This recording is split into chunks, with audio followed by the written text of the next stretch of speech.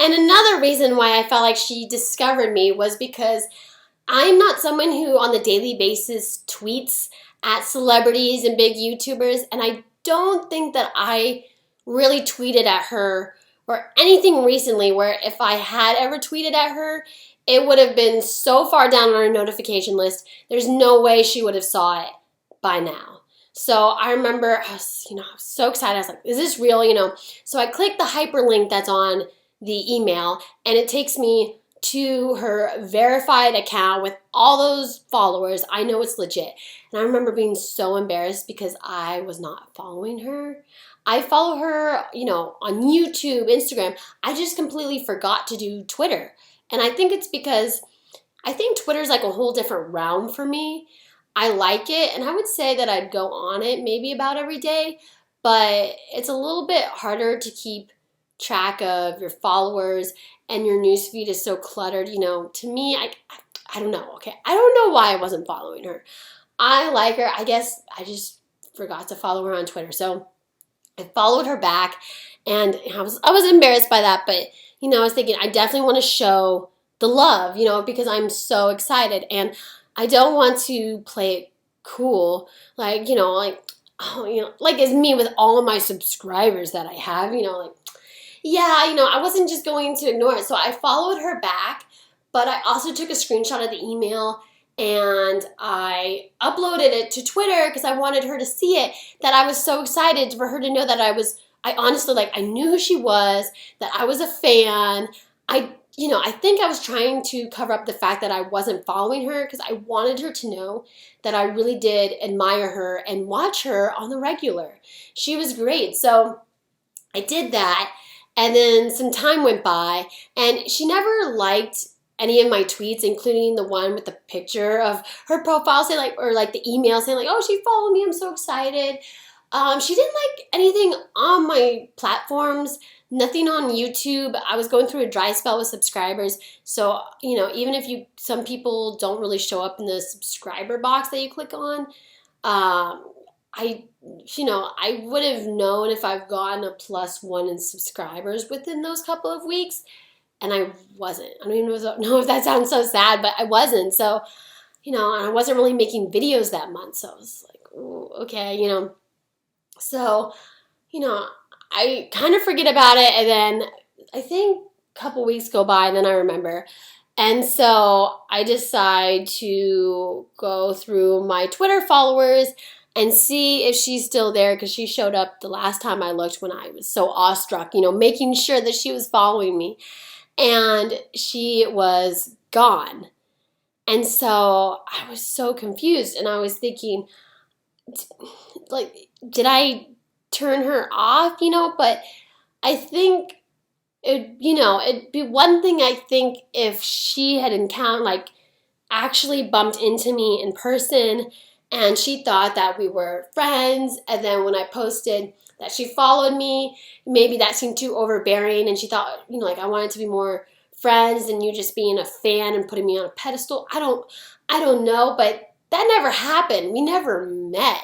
I'm clearly on my profile that I'm from the U.S. and she's not from the U.S. So, to me, I'm just thinking, she would just treat me as any subscriber and just love the support and just being a fan or whatnot. So then it dawned on me that she falls in the category of one of the most annoying and I think honestly immature people out there on Instagram and Twitter. There are people who are so desperate for followers that they'll go through and they'll follow random people in hopes that they follow back, or just to grab their attention to check out their profile and then have them follow back. And I realized the only thing she wanted from me was a follow back. That's her strategy. Her strategy is like what restaurants do who are just learning about social media, or those people who have zero, they can have so many followers, but their content is so terrible and grainy on Instagram. The photos are so pixelated, and then they have about 2, sometimes 0 likes on their photos. It's just all just a social game. And so she had no intentions on supporting me or following me in any sort. And I was just shocked because it's one of my biggest pet peeves on social media, and a big YouTuber who I know that YouTube is her full-time job, but someone who has so many subscribers and followers who doesn't need to do this is doing this to me. And by her doing this, how many times has she probably hurt her fans' feelings? You know, maybe I didn't look like a fan because I wasn't following her on Twitter, but I was subscribed to her on YouTube. I commented. I liked her videos. I liked her Instagrams. I would leave supportive comments. And so, you know, am I still subscribed to this woman? Yes, but I can never find myself to go to, you know, when I'm looking at my list of subscriptions with videos that pop up within the week, it is really hard for me to find motivation to click on her video and watch it, just because now I know what kind of person she is. And now I kind of question, you know, what is her strategy with how she became successful on YouTube? Because I'm thinking if a lot of people, you know, like maybe, you know, she believed in her content and she thought, you know, I just need to have people to just have a chance to take a look at it and then they'll follow it. And sometimes that's how I feel when I put a lot of effort into my content, that I just need YouTube to feature me for 1 hour. And I think that I could get a boost in subscribers. And it's still a business, it's still all that. But, you know, customer service, PR, image, first impressions. Oh, my makeup is all over me. This is why I'm not a beauty guru. She is. You know, all that stuff that matters. And I don't like falling into the category of someone who judges someone just so based on that. I'm so easily swayed, but I am. I'm really turned off by that.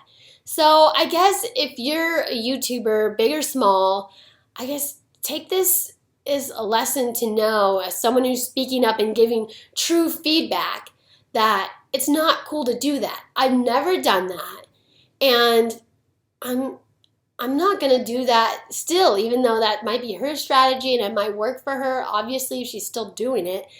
But that's just not me. And I don't really respect those tactics in social media marketing. So I feel like, you know, you're tricking people, and that's just not cool. So, I mean, I guess everybody can have a guess at who this YouTuber is, but, you know, I don't think she's a mean person. I just know, like, no, if you have a channel, don't do this. You know, I don't care if you're not a YouTuber and you're someone who just wants to have goals on social media with Twitter, Instagram, Pinterest. Don't do that, okay? So, yeah, if you like this video, please click the like button and I'll let you know about more. I don't even know how juicy this is, but just, you know, like stories like this and, you know, just supporting a small YouTuber. And I guess leave a comment, because has this ever happened to you? You know, and how does it make you feel? Like, do you not care? Or do you feel let down? Or would you be more heartbroken if it was, you know, your favorite celebrity, actor, actress, NFL player did that to you and then unfollowed you? Does it just matter who the person is and how much you like them to begin with? Is that what makes it hurt the most, you know? And if you want to be part of this really tiny family, because my vlog channel is rather new, subscribe. And of course, down there, I have my main channel. So if you're curious, like, what's this girl talk about? You call herself a small YouTuber? Like, is she cool? Is she not? You know, check out my channel if you want. So, okay, I hope everybody has a wonderful day, and I'll talk to you later. Bye, guys.